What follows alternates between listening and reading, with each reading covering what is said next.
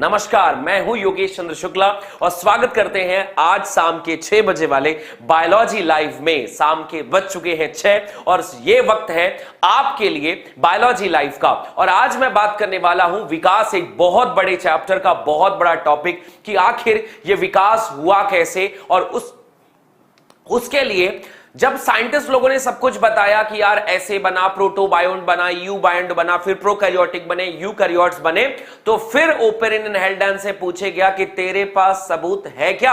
ये सबूत आज हम देंगे मिलर एंड यूरे के एक्सपेरिमेंट के माध्यम से। सबसे पहला सेशन आपके सामने है और हम स्टार्ट करने जा रहे हैं आज एक जबरदस्त सा पार्ट। सो कॉपी पेन लेकर बैठ जाइए, मेरे साथ ही नोट्स बनाते हुए चलिएगा, बोर्ड में बहुत मददगार होने वाला है ये नोट्स। तो कहानी की शुरुआत कुछ ऐसी है बेटा कि लगभग ब्रह्मांड बना, पृथ्वी जो है, ठीक है। सबसे पहला पॉइंट होता है कि ब्रह्मांड, बिग बैंग थ्योरी कब हुआ, विस्फोट कब हुआ था? 20 बिलियन ईयर एगो जो है वो विस्फोट हुआ था। क्या हुआ था बेटा? ये लाइन तुरंत रिवीजन कर लो, 20 बिलियन ईयर एगो विस्फोट हुआ था। बहुत बढ़िया बात है। 4.5 बिलियन ईयर एगो जो है पृथ्वी और अन्य ग्रहों का निर्माण हुआ। पृथ्वी का निर्माण हुआ था कब? 4.5 बिलियन ईयर एगो। बहुत बढ़िया। जीवन कब आया था? 4 बिलियन ईयर एगो। क्या आया था? पृथ्वी पर जीवन। पृथ्वी पर जीवन आया था, पृथ्वी पर जीवन आया था बेटा 4 बिलियन ईयर एगो।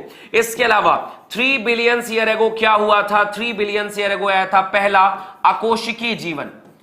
जीवन तो आ गया था लेकिन रासायनिक वाला आया था और इस समय आया था पहला अकोशिकीय जीवन का प्रमाण, लगभग 3 बिलियन ईयर एगो आया था। 2 बिलियन ईयर एगो क्या हुआ था? पहला कोशिकीय जीवन। पहला कोशिकीय जीवन जिसे हम मानते हैं पहला कोशिकीय जीवन। और आपसे पूछा जाएगा कि पहली कोशिका कैसी थी? आप बताना बेटा। पहली कोशिका थी रसायन विषम पोषी। रसायन विषम पोषी था, फिर रसायन स्वपोषी हुआ और फिर पैदा हुए इस दुनिया में साइनोबैक्टीरिया। फिर पैदा हुए इस दुनिया में साइनोबैक्टीरिया।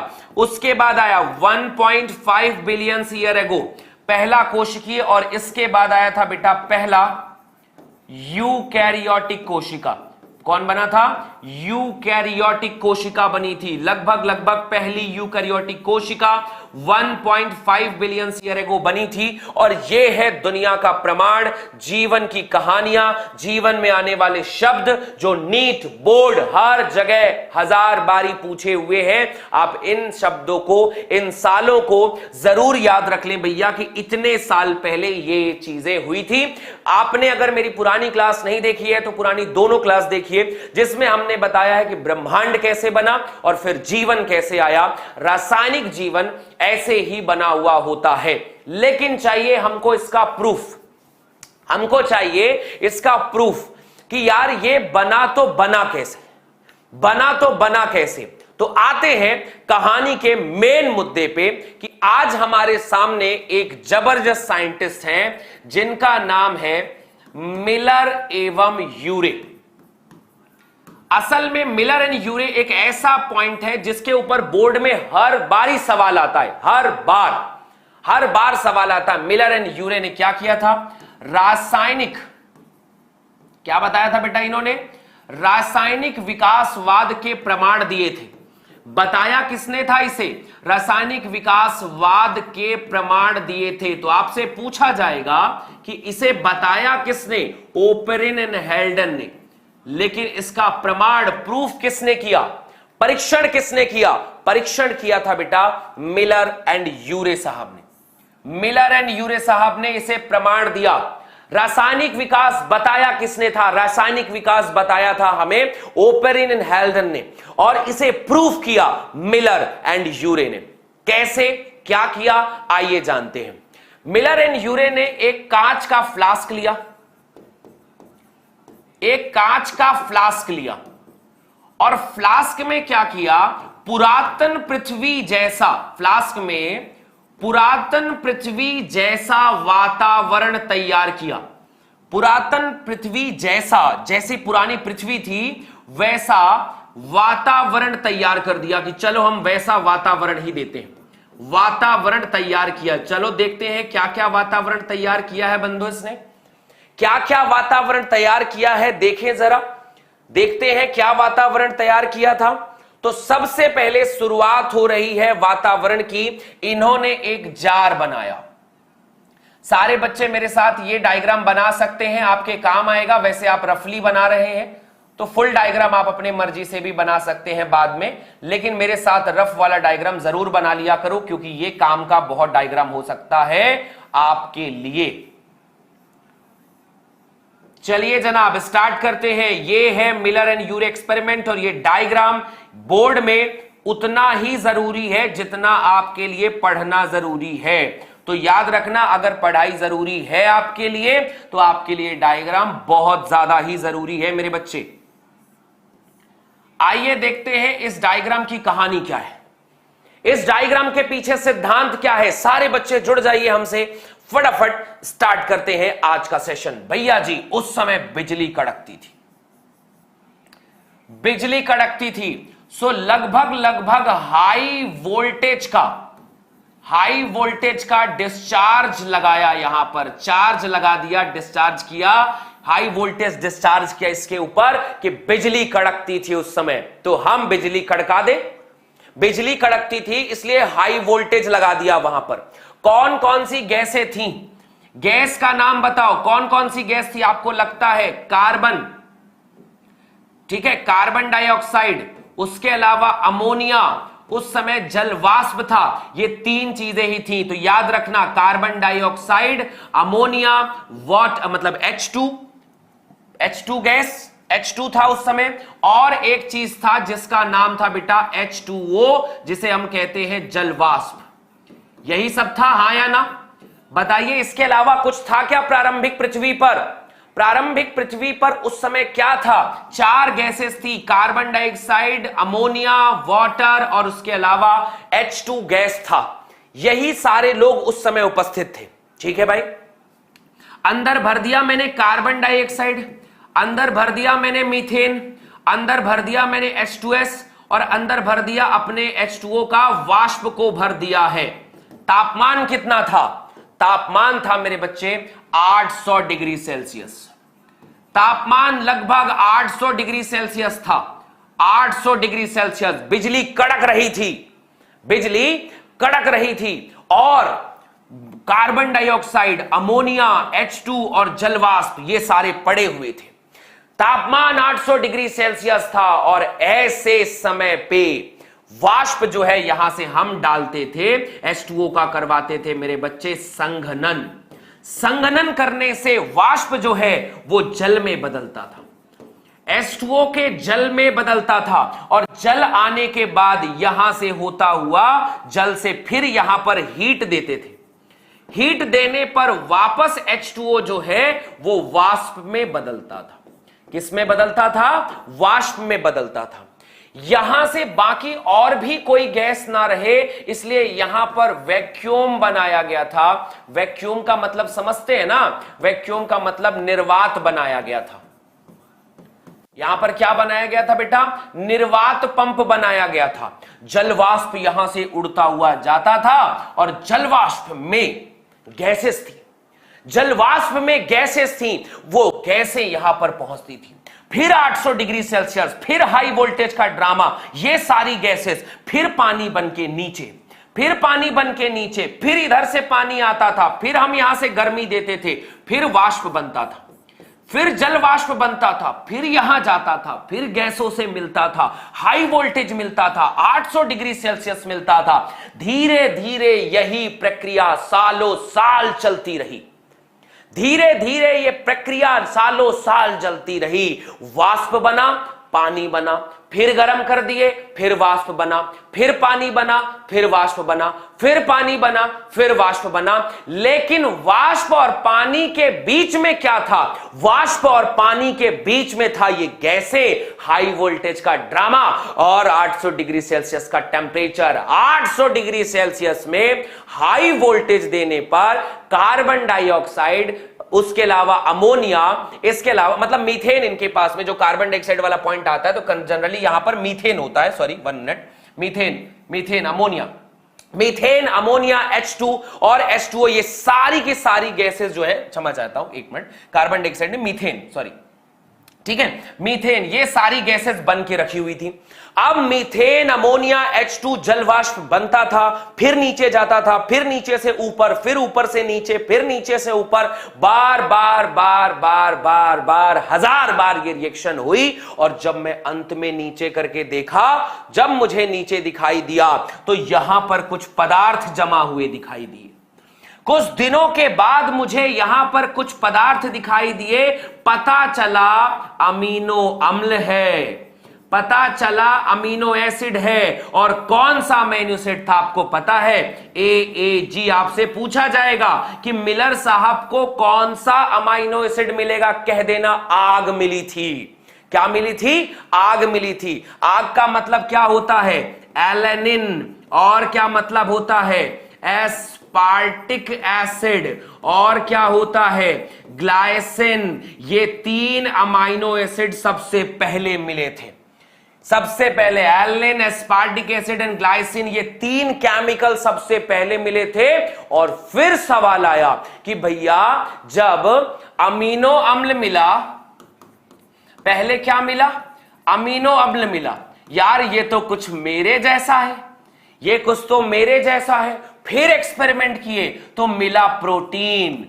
और किसी ने एक्सपेरिमेंट किया तो मिल गई कि भैया यहां सिर्फ नहीं, शर्करा भी बन सकता है। फिर पता चला न्यूक्लियोसाइड भी बन सकता है, न्यूक्लियोसाइड भी बन सकता है। तो अगर देखें तो फिर किसी ने कहा कि नहीं नहीं नहीं, इसको और गर्म करेंगे तो लिपिड भी बन सकता है।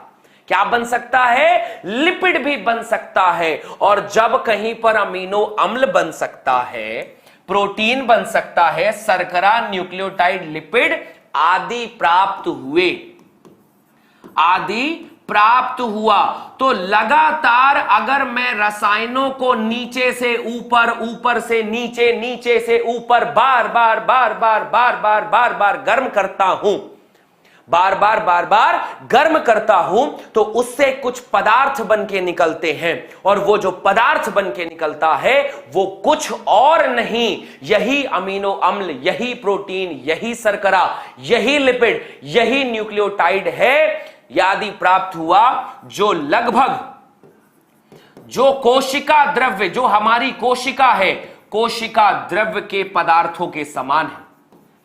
ये हमारे कोशिका द्रव्य के पदार्थों के समान है। तो जब हम कोशिका द्रव्य के पदार्थों को बना सकते हैं, तो क्या हम कोशिका द्रव्य नहीं बना सकते? तो क्या जो हम जब ये पदार्थ बना सकते हैं, तो कोशिका द्रव्य भी बना सकते हैं? और मानते हैं कि हां, यही आगे चलकर, यही आगे चलकर क्या बना था? कोशिका निर्माण करेंगे। तो जब कोशिका के पदार्थ बन जाएंगे भैया, तो कोशिका क्यों नहीं बन पाएगी? निर्माण करेंगे। ये हो गई आज की हमारी कहानी, मिलर एंड यूरे का एक्सपेरिमेंट। मैं फिर से एक बार बताता हूं, फिर से ध्यान से समझना, फिर से एक बार कहानी को डिटेल करते हैं कि मिलर एंड यूरे ने बताया क्या। आ जाओ इस डायग्राम पे, इस डायग्राम पे आ जाओ। देखो यार, प्रारंभिक पृथ्वी जैसा एक वातावरण बनाना है। क्या बनाना है? लाइक करो, वीडियो को शेयर करो, सब्सक्राइब करो। और अगर अभी तक और डिटेल में पढ़ना है तो क्रांति बैच ज्वाइन कर लो, कमेंट बॉक्स में एक लिंक है, ज्वाइन करो। इतनी जबरदस्त चीज पढ़ा रहा है, जीवन बना रहा हूं। मजाक चल रहा है क्या? यहां जीवन बन रहा है, तुम्हें मजाक सूझ रहा है? फिर से शुरू करते हैं। Ready guys? समझ आया ना? अरे बूझे कि नहीं बूझे, बहुत बड़ा चीज पढ़ा रहा हूं मैं, मजाक ना चल रहा है ये, समझ रहे हो? डिटेल एकदम जीवन बन रहा है, मजाक में मत लेना। फिर से आते हैं, एक बारी स्टार्ट कर दें। प्रारंभिक वातावरण, ना ऑक्सीजन था, ना कार्बन डाइऑक्साइड था, कुछ नहीं था। तापमान 800 डिग्री सेल्सियस था, बिजली कड़क रही थी, तूफान आ रहा था, ज्वालामुखी फूटे पे फूटे पड़े थे, बड़ी परेशानी थी। लेकिन कुछ था, कुछ तो था। क्या था वो था मीथेन, अमोनिया, जलवाष्प और H2। इन चारों का कॉम्बिनेशन, पहला मीथेन, अमोनिया, जलवाष्प और H2, ये 4 गैसेस थी। और क्या था? तापमान था 800 डिग्री सेल्सियस का। और क्या था? और स्पार्क डिस्चार्ज किए जा रहे थे बिजली कड़काने के लिए। कड़काओ बिजली। जब बिजली कड़क रही थी, 800 डिग्री सेल्सियस का तापमान था, तब मीथेन, अमोनिया, जलवाष्प और H2 इतने तापमान में आपस में मिलेंगे।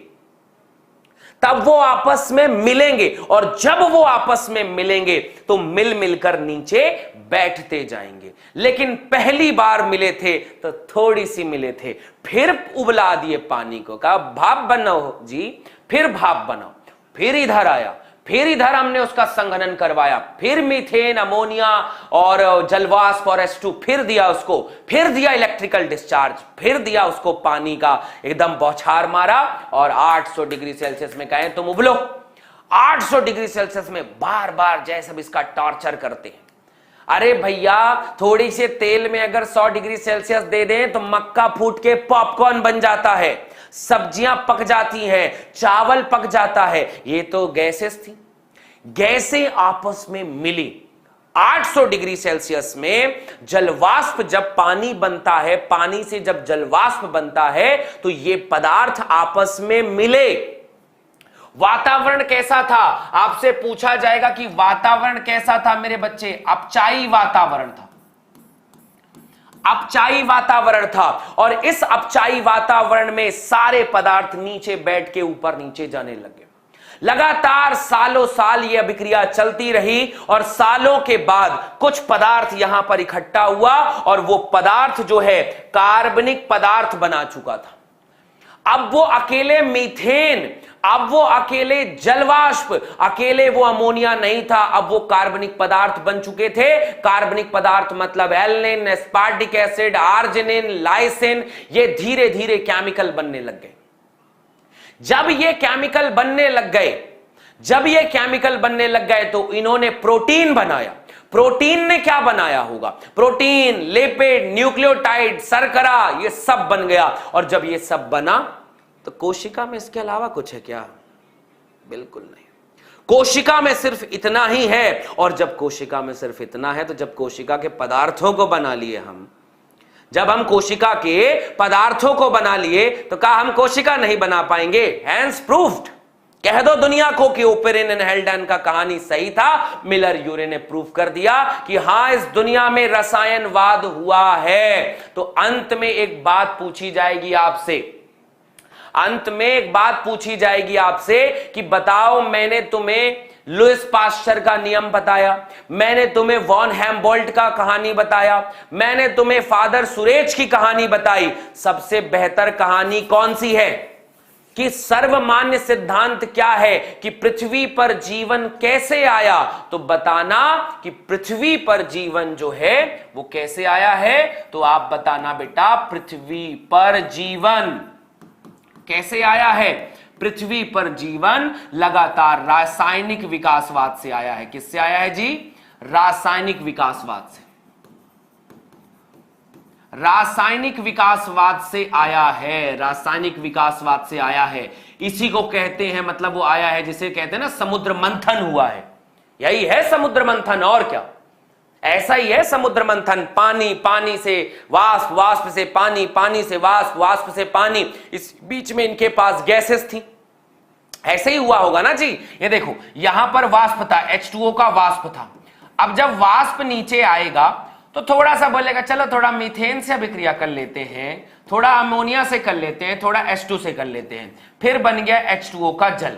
तो शुरू में भाप से जल बना होगा, जल से भाप, भाप से जल, जल से भाप, भाप से जल, जल से भाप, भाप से जल। ये लोग कहेंगे हम कहां बैठे रहेंगे? ये जो नीचे बने हुए हैं कहेंगे क्या हम बैठे रहेंगे? बोलो नहीं मुन्ना, तुम जल में आओ, हम तुमको अमीनो एसिड बनाएंगे। इन लोगों को मिला मिलाकर हम अमीनो अम्ल बनाएंगे, हम प्रोटीन बनाएंगे।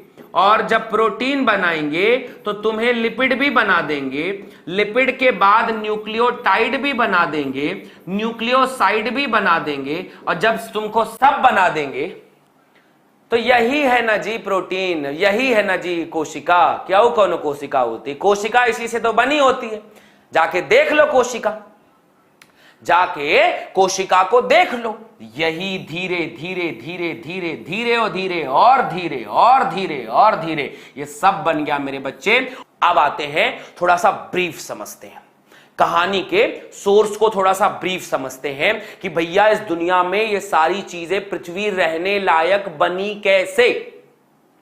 तो अब आपको बताना है कि पृथ्वी में तो बड़ी समस्या थी, तापमान कैसे कम हुआ जी? पृथ्वी रहने लायक बनी कैसे? तो आपको बताना है पृथ्वी रहने लायक बनी कैसे। सवाल का जवाब आपको देना है। प्रॉब्लम क्या था जी? क्या था पृथ्वी में ऐसा? ऐसी पृथ्वी में क्या कमी थी जो चांद पे ढूंढने गए हो तुम, है ना? तो चांद पे प्रॉब्लम यह था भैया कि सबसे पहले पृथ्वी का टेम्परेचर बहुत ही अधिक 800 डिग्री सेल्सियस कैसे कम हुआ, पूछा जाएगा। पूछता है भारत आखिर ये कैसे कम हुआ। दूसरी बात, ओजोन लेयर एब्सेंट थी, तो पूछा जाएगा ये कैसे बन गई ओजोन लेयर, ये बताओ। उसके बाद पूछा जाएगा भैया वायुमंडल नहीं था, तो वायुमंडलीय मंडल एब्सेंट था, तो बोले अब ये कैसे आ गया। और सबसे आखिरी बात आ गई भैया कि वाटर माध्यम नहीं था ना, माध्यम यानी जल एब्सेंट था। तो ये सब बना तो आखिर बना कैसे? ये सारी चीज आखिर बनी तो बनी कैसे? Temperature 800 degree Celsius, ozone layer absent थी, वायुमंडल एब्सेंट था, माध्यम एब्सेंट था।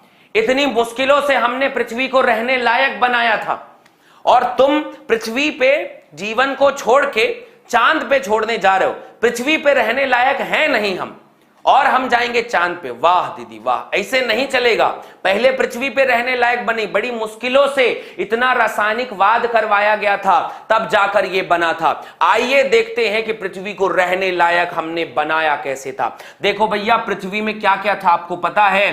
पृथ्वी में था मीथेन, पृथ्वी में था आपके पास में मीथेन था, पृथ्वी में था अमोनिया, पृथ्वी पर था H2 और पृथ्वी पर था H2O। ये सारी चीजें थी। लगातार इसमें क्या हुआ, 800 डिग्री सेल्सियस मिलता था। इसको मिला कितना डिग्री सेल्सियस?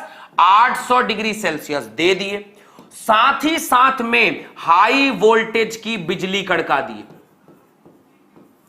हाई वोल्टेज की बिजली चमकती थी भैया, बिजली कड़कती थी। ये सब लोग मिलकर कार्बनिक पदार्थ बना लिए।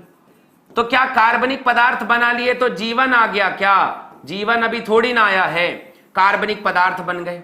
ठीक है भाई, ये बाद में जाकर जीवन बनाएंगे, ये बाद में जाकर जीवन बनाएंगे, लेकिन पहले ये सब सामान्य समस्या हल करो। तो हमारे पास था H2O का वाष्प। क्या था भैया? वाष्प। वाष्प थोड़ा सा ठंडा हुआ और H2O का जल बनाया। अब जैसे ही H2O का जल बनता था, ये कार्बनिक पदार्थ बन गए, जीवन नहीं आया है, बाद में ये जीवन बनाएंगे। लेकिन ये पहले प्रॉब्लम तो सॉल्व करो, ये प्रॉब्लम तो सॉल्व करो, ये प्रॉब्लम तो है हमारे सामने, इनको पहले सॉल्व करो। टेम्परेचर डाउन कैसे है? कैसे कैसे कैसे डाउन हुआ? तो बताना, भाप जल में बना। फिर थोड़ी देर बाद जल को लगा कि तापमान तो बहुत ज्यादा है यार, हम फिर से भाप बन जाते हैं।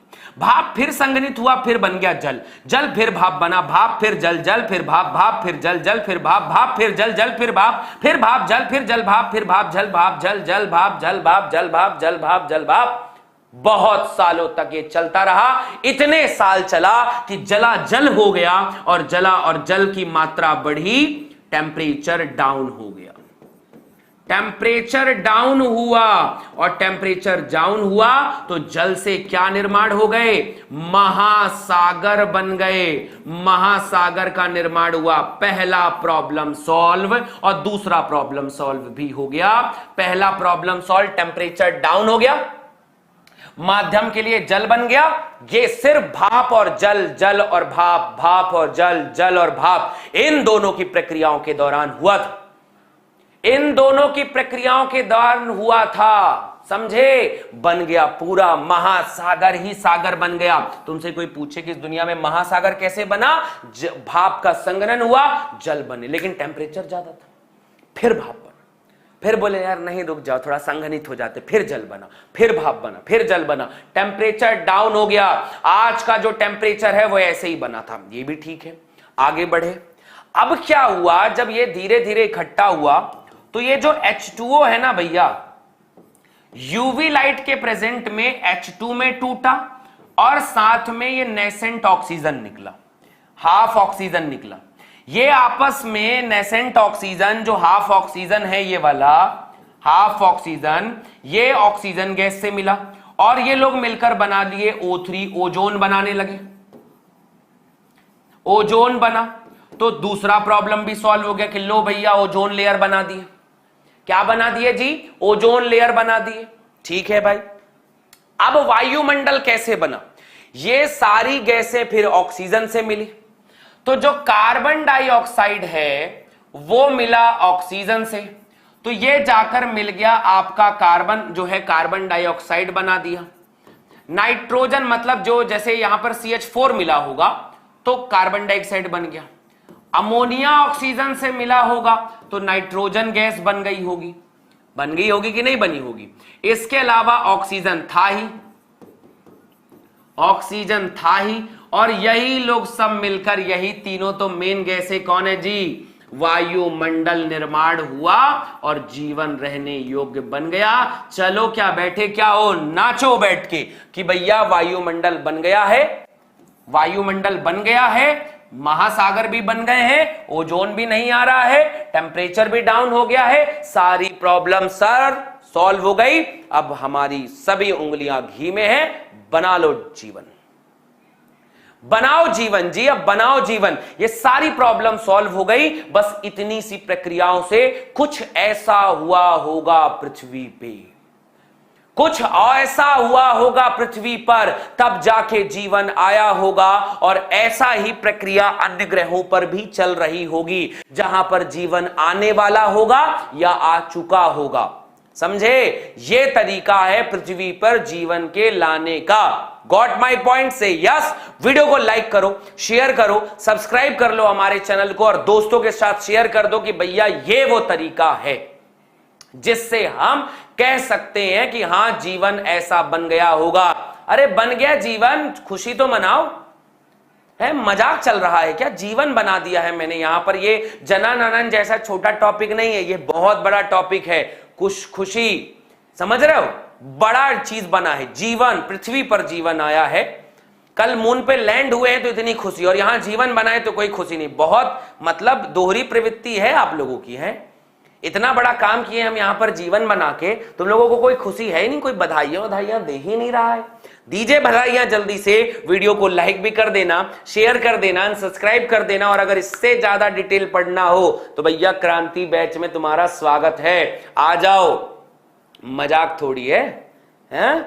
ठीक है, तो वीडियो को ऊपर में जो सब वीडियो की जो लिंक है उस पे जाकर, सॉरी कमेंट बॉक्स की जो लिंक है उस पे जाकर कहना कि भैया मे आई कम इन, मैं क्रांति बैच में आ सकता हूं, फिर हम बताएंगे आ जाओ।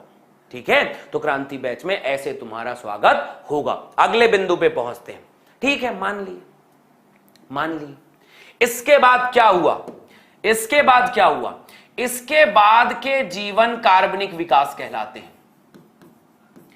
इसके बाद का जो जीवन है वो कार्बनिक विकास कहलाता है कि अब वो कार्बनिक पदार्थ बन गए, अब वो कार्बनिक विकास कहलाएगा कि पहले बैक्टीरिया बना कि कौन बना, विकास कहलाता है। अब ये जो विकास है वो कार्बनिक विकास कहलाएगा और इसका चाहिए हमको प्रमाण। वो भी हम ऐसी बात नहीं करते, बिना प्रमाण के नहीं कहेंगे। तो आइए जनाब हम बात करते हैं प्रमाण की। प्रमाण कि इस दुनिया में तुम बने, हम बने, किसके लिए, कैसे बने हैं हम कैसे बने हैं, हमारा जो प्रमाण है ये जीवन बना कैसे। अच्छा, जीवन की तो बात मैं समझ गया, लेकिन इस दुनिया में ऐसे बहुत सारे जीव हैं जो पहले थे, अब विलुप्त हो गए हैं, अब किसी और रूप में जीवन दिख रहा है। क्या जब पृथ्वी बनी थी 1.5 बिलियन ईयर एगो, तब जो जीवन था क्या आज भी वही जीवन है, या फिर जो पहले जीव थे वही आज भी जीव हैं, या फिर हम जैसे हैं तो हम आगे भी ऐसे ही रहेंगे, इस बात का क्या प्रमाण है? इस दुनिया में विकास क्यों हुआ है, कैसे हुआ है, इसके लिए अब अलग अलग साइंटिस्ट अपना मत रखेंगे, बहुत सारे प्रमाण देंगे, बहुत सारे प्रमाण देंगे। कोई जैसे मनुष्य को ही देखो कि यार मनुष्यों के पास पहले पूंछ थी, तो यार वो पूंछ क्यों गायब हो गई? हम पहले बंदर थे, तो हम बंदर से मनुष्य क्यों बन गए और किस प्रक्रिया से बने होंगे, और क्या इसके पीछे क्या सिद्धांत लगेगा? जिराफ की गर्दन बड़ी क्यों हो गई? जिराफ की गर्दन बड़ी क्यों हो गई? हाथी जैसा एकमात्र जानवर ही क्या है? आखिर क्या हुआ कि एक इतनी छोटी सी बिल्ली और उसी की प्रजाति का एक बहुत बड़ा चीता बना बैठा है? आखिर ऐसा क्या हुआ है ऐसा इस दुनिया में कि भेड़िया और कुत्तों में आपको समानता दिखाई देती है? इट्स ऑल अबाउट विकास, ये एवोल्यूशन है। इसी विकास के अलग अलग लोगों ने अलग अलग बात प्रमाण बताई है। अब इस प्रमाण की कहानी शुरुआत करते हैं कि विकास के प्रमाण कौन कौन से प्रमाण हैं। हम सबसे पहले प्रमाण की बात करते हैं बेटा, जीवाश्मीय प्रमाण। हम बात करते हैं जीवाश्मीय प्रमाण, इसी को इंग्लिश में एक और शब्द कह सकते हैं पैलेंटियोलॉजिकल एविडेंस। पैलेंटियोलॉजिकल एविडेंस, ऐसे बहुत सारे एविडेंस आएंगे। पैलेंटियोलॉजिकल एविडेंस, एम्ब्रियोलॉजिकल एविडेंस, शारीरिक और आकारिकी वाले एविडेंस, इसके अलावा और भी बहुत सारे एविडेंस, म्यूटेशनल थ्योरी, डार्विनवाद, लैमार्कवाद, ऐसी हजारों थ्योरियां हैं इस दुनिया में। लेकिन हम जीवाश्मीय प्रमाण, पैलेंटियोलॉजिकल प्रमाण, भूगर्भीय प्रमाण को मानेंगे। भूगर्भीय प्रमाण जिसे हम कहते हैं, बहुत सारे साइंटिस्ट मानते हैं कि इस दुनिया के विकास का जो क्रम है वो भू के गर्भ में छिपा हुआ है। कैसे? भूमि के गर्भ में छिपा हुआ। बहुत सुनने में मजा आएगा सुनने में कहानी कि यार बहुत लोगों को लगता था कि इस दुनिया में जो भी विकास हुआ है वो विकास का पूरा मसला भूगर्भ में छिपा हुआ है। अब ये कैसे हुआ? भूगर्भीय प्रमाण, जैसे आपने कभी सुना होगा कि यार मोहनजोदाड़ो में खुदाई हुई और मोहनजोदाड़ो, हड़प्पा, ये जो जगह हैं वहां पर जीवन के प्रमाण मिले। कहीं पर और खुदाई हुई, वहां से हमें मंदिर मिली है जो लगभग 20,000 साल पुरानी है, 2 लाख साल पुरानी है। पता चलता है ना? या फिर हम कह देते हैं कि विश्व में जो काशी है, बनारस, वो विश्व की सबसे पुराना शहर है, सबसे पुराना सभ्यता है जो वहां पर रह रही है। ये सब कैसे पता चलता है कि कितने साल पुराना था, पहले कौन था, बाद में कौन था, क्या वो उतने साल पुराना है या नहीं, कैसे पता चलता है? तो यार ये दुनिया में एक सिद्धांत काम करता है, बहुत सिंपल बता रहा हूं मैं आपको। हमने पृथ्वी की आयु निर्धारित करनी होती है। हमें पृथ्वी की आयु निर्धारित करनी होती है। और वो आयु कैसे निर्धारित करते हैं आपको पता है? हम ये मान के चलते हैं कि पृथ्वी जब शुरू में बनी रही होगी ना, तो पृथ्वी की परत यहां पे रही होगी। बहुत ध्यान समझना, पृथ्वी की परत यहां पर रही होगी। अब चूंकि उस पृथ्वी पर जीवन आया, लोग बने और लोग मर गए। जो मर गए उन्होंने पृथ्वी की परत बनाई, पर मर के ऐसे इकट्ठे होते गए, यहां पर परत बनती गई, पृथ्वी थोड़ी मोटी होती गई। और यह माना जाता है कि जीवन के हर समय पे कभी न कभी तूफान, कभी न कभी सुनामी, कभी न कभी कुछ न कुछ भूकंप आता रहता था। तो अगर मान लो जब यहां पर कोई लोग रहते रहे होंगे, कोई जीव रहता रहा होगा, कोई भी जीव रहता रहा होगा, और अगर वो मर गया होगा, भूकंप आ गई हो, तो ये अचानक से यहां पर दब गया होगा। इसके प्रमाण हमको यहां पर मिलेंगे। वैसे ही अगर पृथ्वी के इस समय पे कोई प्रमाण मिलता है तो ये उसके बाद उत्पन्न हुआ होगा। उसी के बाद अगर पृथ्वी की खुदाई करने पर हमें यहां पर कोई प्रमाण मिलता है तो हम कहते हैं कि ये और नया है। इस तरह से हम पृथ्वी की और खुदाई की परत देखते हैं, यहां पर है तो और नया है। और हम मान लो आज हम पृथ्वी की इस परत में रह रहे हैं। हम इस पृथ्वी की मोटाई के आधार पर हम पृथ्वी की उम्र नापते हैं। आपको पता है, हम पृथ्वी की मोटाई के आधार पर हम पृथ्वी के समय को नाप देते हैं कि इतने साल पुरानी ये पृथ्वी ऐसे रही होगी। और अगर यहां पर जस्ट एग्जांपल के लिए मैं बताता हूं कि आज इस दुनिया में पक्षी हैं और माना यह जाता है कि बहुत साल पहले इस दुनिया में डायनासोर थे। अब यह माना गया कि डायनासोर विलुप्त हो गए हैं। अब यह माना गया डायनासोर जो हो गया वो विलुप्त हो गए हैं।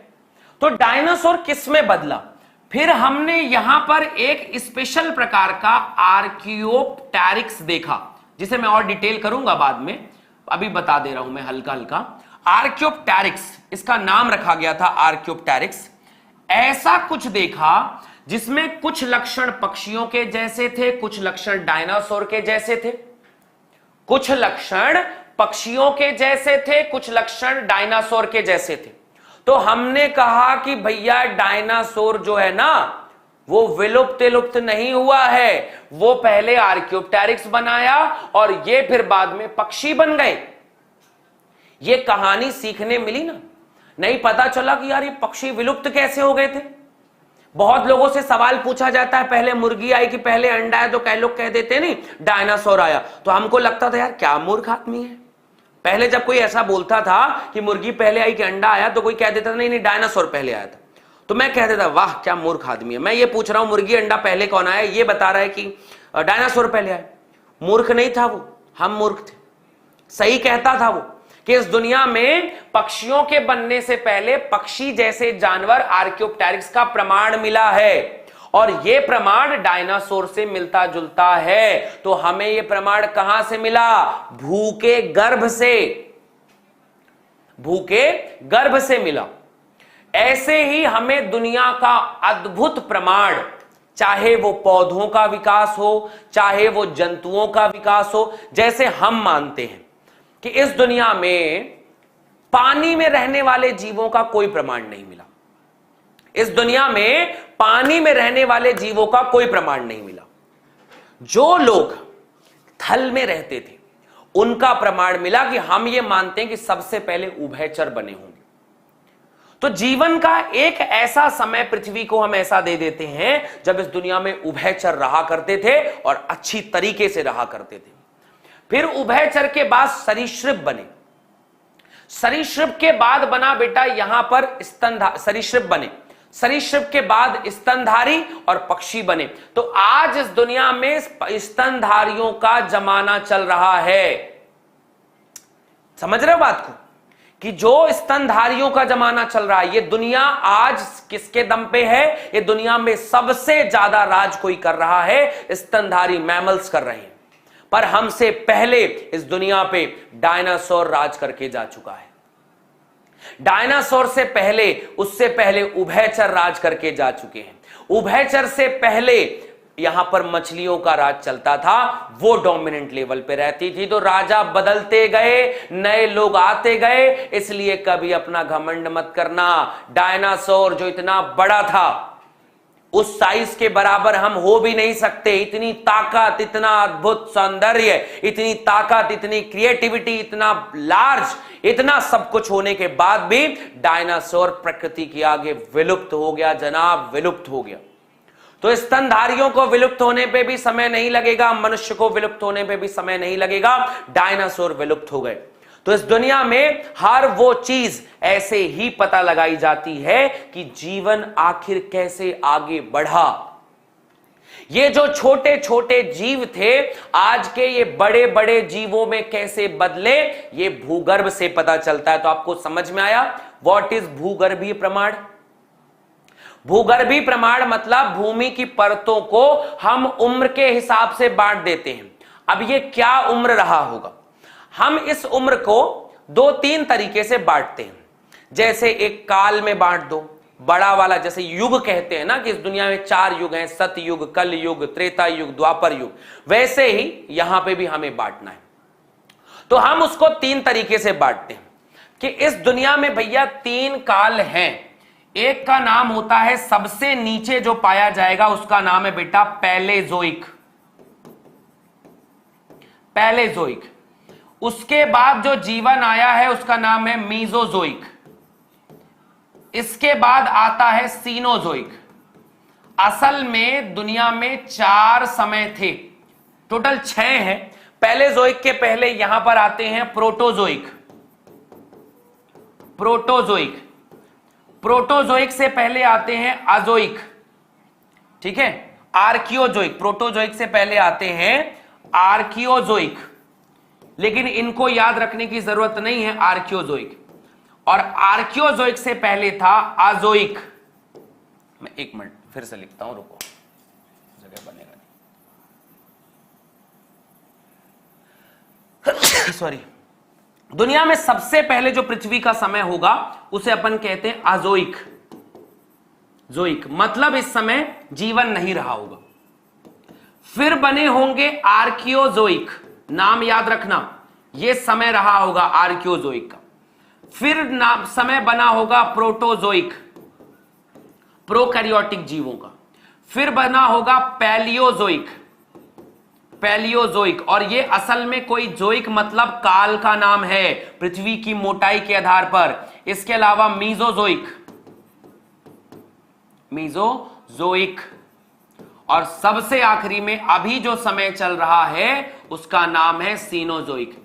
तो सारे बच्चे बताइए, अगर मैं पृथ्वी का बंटवारा करूं तो पृथ्वी के अभी तक मैं टोटल कालखंडों में बात करूं तो टोटल कालखंडों में कितने कालखंडों में बचा होगा पृथ्वी, बताओ। ये पृथ्वी आज कितने कालखंडों में बनी हुई है? ये पृथ्वी जो आज बनी है ये टोटल 6 कालखंड युगों को, एरास को क्रॉस करते हुए पहुंची है। ये एराज हैं।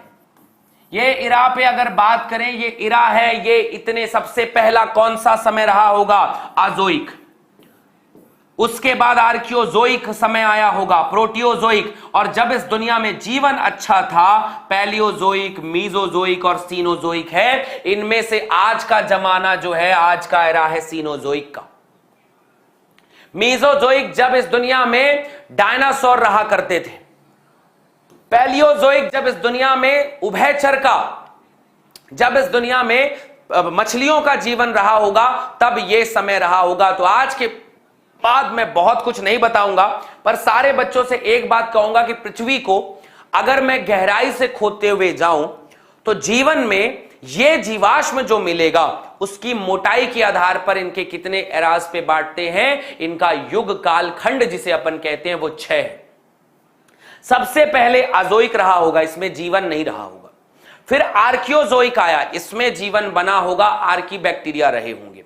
फिर आया प्रोटोजोइक, इस समय पे जो प्रोकैरियोटिक रहे होंगे। फिर आया पैलेजोइक, इसमें छोटे छोटे जीव बड़े बने होंगे। फिर मीजोजोइक, डायनासोर आदि, और आज सीनोजोइक बन गया।